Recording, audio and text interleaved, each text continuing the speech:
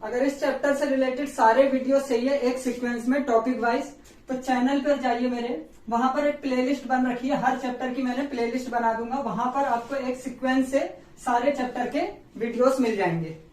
आज हम शुरू करने जा रहे हैं इंटीग्रेशन बाय सब्स्टिट्यूशन। इससे पहले हमने बेसिक इंटीग्रेशन करा था, बेसिक इंटीग्रेशन हमारा कंप्लीट हो चुका है। आज पढ़ेंगे इंटीग्रेशन बाय सब्स्टिट्यूशन। ये मेथड कब यूज करते हैं? ये मेथड जब यूज करेंगे जब बेसिक इंटीग्रेशन के तरीके से क्वेश्चन सॉल्व नहीं होगा। मतलब बेसिक फॉर्मूला अगर नहीं लगेगा तो हम कुछ ना कुछ क्वांटिटी को पुट करेंगे और फिर आगे सॉल्व करेंगे। हमें कौन सी क्वांटिटी को टी पुट करना है? एक ऐसी क्वांटिटी को हमें टी पुट करना है जिसका डेरिवेटिव का वेरिएबल पार्ट dx के साथ मल्टीप्लाई में होना चाहिए। इसमें क्वेश्चन किस टाइप के आएंगे? सिंपल क्वेश्चन जो आएंगे, मान लो ये क्वेश्चन आ गया I equal to integral of f dash x upon f x D x. तो हम क्या करेंगे, एफ एक्स मतलब कोई भी फंक्शन हो सकता है, चाहे वो किसी भी फॉर्म का हो, अलजेब्रा हो, ट्रिग्नोमेट्री हो, इनवर्स हो, किसी भी फॉर्म का हो सकता है। इसको हमें टी पुट कर देना है क्योंकि इसका ये चीज डिवाइड में है और डिवाइड के लिए कोई क्वोशिएंट रूल नहीं है इंटीग्रेशन में। तो हम एक क्वांटिटी को क्या पुट करेंगे? टी। मान लेते हैं एफ एक्स को हम टी पुट कर देते हैं, F x is equal to T आ जाएगा। तो एफ एक्स का डेरिवेटिव करेंगे अगर एक्स के रिस्पेक्ट में, differentiate with respect to x, तो ये आ जाएगा f dash x. F x का डेरिवेटिव होता है एफ डैश एक्स और टी का डेरिवेटिव क्या हो गया एक्स के रिस्पेक्ट में? D t by d x. ये डी एक्स इधर पे जाएगा तो f dash x D x is equal to d t हो जाएगा। अब ये जो दोनों स्टेप हैं, ये दोनों स्टेप जरूरी नहीं है हमें लिखना, डायरेक्ट हम ये स्टेप भी लिख सकते हैं। जब क्वेश्चन करेंगे हम बड़े क्वेश्चन या नॉर्मल क्वेश्चन भी, तो डायरेक्ट ये वाला स्टेप लिख सकते हैं। ये दोनों स्टेप केवल मैंने बताए थे समझाने के लिए। एफ एक्स का डेरिवेटिव हो गया f dash x D x और टी का डेरिवेटिव हो गया डी टी। तो I की वैल्यू हम क्या लिख सकते हैं? F dash x D x. F dash x D x की जगह क्या लिख सकते हैं? D T. ये आ जाएगा डी टी। और क्योंकि एफ एक्स को हमने टी माना था और ये चीज डिवाइड में थी तो ये आ गया डिवाइड में। ऊपर कुछ नहीं है मल्टीप्लाई में तो 1 लिख देते हैं। 1 बाय टी का इंटीग्रल क्या हो जाएगा? 1 बाय टी का इंटीग्रल होता है लॉग टी प्लस सी। अब टी हमने क्या पुट करा था? टी की वैल्यू पुट करी थी एफ एक्स, तो हम पुट कर देते हैं इधर पर log एफ एक्स प्लस सी, ये आंसर। इससे रिलेटेड क्वेश्चन कैसा आ सकता है? ये तो फंक्शन की फॉर्म में है। अब अगर फंक्शन ही दे दिया, जैसे I इज इक्वल टू आ गया integral of 2x square plus 5x plus 3, ऊपर आ गया 4x प्लस 5। अब डिवाइड में कोई क्वोशिएंट रूल नहीं होता है इंटीग्रल में, तो इसलिए इसको डिवाइड में क्वोशिएंट रूल नहीं लगा सकते, क्वोशिएंट रूल तो होता ही नहीं है। तो इसमें दूसरे तरीके से हम क्या करते थे बेसिक में कि हम डिवाइड करते थे। इसमें डिवाइड भी नहीं कर सकते क्योंकि ऊपर पावर पहले से कम है। तो हम क्या करेंगे, इसमें एक ऐसी क्वांटिटी को टी मानेंगे जिसके डेरिवेटिव का वेरिएबल पार्ट डीएक्स के साथ मल्टीप्लाई में हो। इसका अगर हम डेरिवेटिव करेंगे तो कितना आ जाएगा? 4x प्लस 5 आ जाएगा, जो कि dx के साथ क्या है? मल्टीप्लाई में। तो इसको पुट कर देते हैं हम 2x square plus 5x plus 3 is equal to t. तो ये आ जाएगा 4x प्लस 5, इसका डेरिवेटिव हो जाएगा 4x plus 5 dx।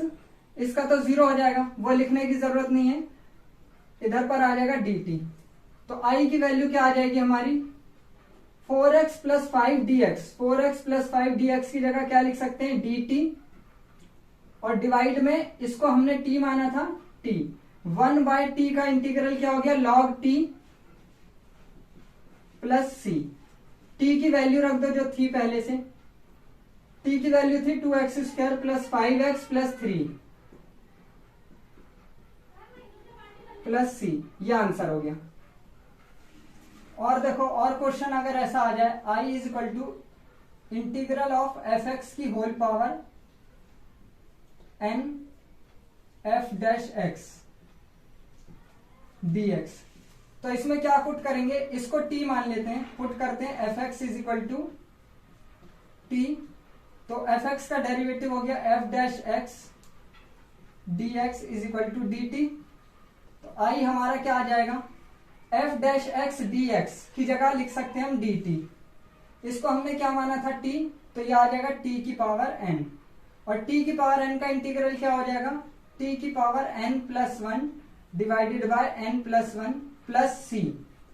F x की वैल्यू क्या थी हमारी, टी की वैल्यू क्या थी, एफ एक्स थी ना, तो यहां पर लिख सकते हैं एफ एक्स की whole power N plus one divided by N plus one plus C. यह आंसर हो गया।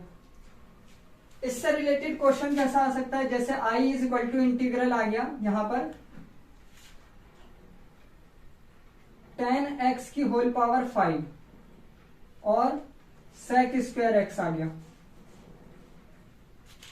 अब देखो tan x को t मानेंगे तो इसका डेरिवेटिव ये रहा dx के साथ मल्टीप्लाई में है ना, तो हम करेंगे पुट करेंगे tan x equal to t, तो ये आ जाएगा sec square x dx equal to d t. I is equal to क्या आ जाएगा हमारा t की पावर 5 इंटू डी टी। इसका इंटीग्रल क्या हो गया, t की पावर 6/6 प्लस c। t की वैल्यू रख दो, t की वैल्यू क्या थी tan x, तो ये आ जाएगा tan x की होल पावर 6 प्लस c। ये आंसर हो गया।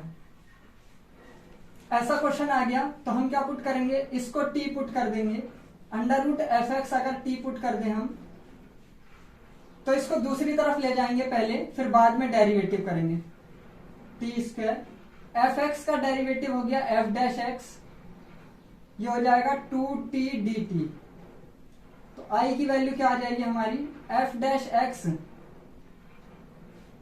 यहां पर dx भी होगा, एफ डैश एक्स dx की जगह हम क्या लिख सकते हैं 2t dt, 2t dt। ठीक है, और ये हमने क्या पुट करा था, t पुट करा था अंडर रूट एफ एक्स को, तो ये t से t कट गया, ये आ गया 1 dt। 1 का इंटीग्रल क्या हो गया t प्लस c 2, क्योंकि t के रिस्पेक्ट में कर रहे हैं इसलिए कांस्टेंट के साथ t मल्टीप्लाई में आएगा। अगर x के रिस्पेक्ट में करते तो x आता। t की वैल्यू क्या थी हमारी, रूट एफ एक्स थी, प्लस c। यह आंसर हो गया। इससे रिलेटेड ये क्वेश्चन है। अब यहां पर देखो, इसका अगर डेरिवेटिव करेंगे हम तो ये आ जाएगा 6x प्लस 5, जो कि 6x प्लस 5 dx के साथ मल्टीप्लाई में नहीं है। अगर मल्टीप्लाई में नहीं है तो हम डायरेक्ट डेरिवेटिव नहीं पुट करेंगे, पहले इसको सिंप्लीफाई करेंगे। अगर इसको 2 कॉमन ले लेंगे तो यहां पर 6x प्लस 5 आएगा, under root 3x square plus 5x plus 10। अब देखो इसका डेरिवेटिव आ रहा है ना ये, तो हम पुट कर देंगे under root 3x square plus 5x plus 10 equal to t put कर देंगे। इसको दूसरी तरफ भेजेंगे तो ये आ जाएगा 3x square 5x plus 10 is equal to t square. इसका डेरिवेटिव करेंगे तो ये आ जाएगा 6x plus 5 dx is equal to 2t dt आ जाएगा। तो i की वैल्यू हम क्या लिख सकते हैं, 6x plus 5 dx, 6x plus 5 dx की जगह 2t dt, 2t dt put कर सकते हैं। और ये बचा 2 पहले से था ना, तो 2 मल्टीप्लाई में लिख दो। इसको हमने क्या माना था t, यहां पर t आ गया, इस t से ये t कट जाएगा, 4 का 2 2 4 हो गया, 4 का इंटीग्रल क्या हो जाएगा 4t प्लस c। t की वैल्यू क्या थी, ये 4 under root 3x square plus 5x plus 10। यह आंसर हो जाएगा, प्लस c आंसर हो जाएगा। और देखो क्वेश्चन अगर ऐसा आ जाए, integral of under root f x और एफ डैश एक्स dx, यही चीज मल्टीप्लाई में आ जाए तो हम पुट करेंगे इसमें अंडर रूट एफ एक्स को t, तो एफ एक्स बन जाएगा हमारा टी स्क्वायर। इसका डेरिवेटिव करेंगे तो आ जाएगा f dash x D x equal to 2t dt। I की वैल्यू आ जाएगी हमारी f dash x D x की जगह क्या लिख सकते हैं 2t dt। इसकी जगह तो हमने 2t dt लिख दिया, बचा ये, इसको हमने t माना था, यहां पर ये आ जाएगा t। ये हो गया 2t² dt। अब इसका इंटीग्रल करेंगे, ये कांस्टेंट है इसको बाहर रखेंगे, t² का इंटीग्रल हो जाएगा t³/3 प्लस c। अब t की वैल्यू क्या थी, t की वैल्यू ये थी अंडर अब t की वैल्यू क्या थी, t की वैल्यू थी √f(x). अंडर रूट का मतलब होता है पावर 1/2, तो हम इसको लिख सकते हैं 2/3 f(x) की पावर क्यूब में तो पहले से थी, और रूट का मतलब होता है डिवाइड में पावर 2, तो ये आंसर आ जाएगा इसका। इससे रिलेटेड एक क्वेश्चन भी देख लो। इंटीग्रल आ गया अगर x² + 2x + 1 और रूट के बाहर है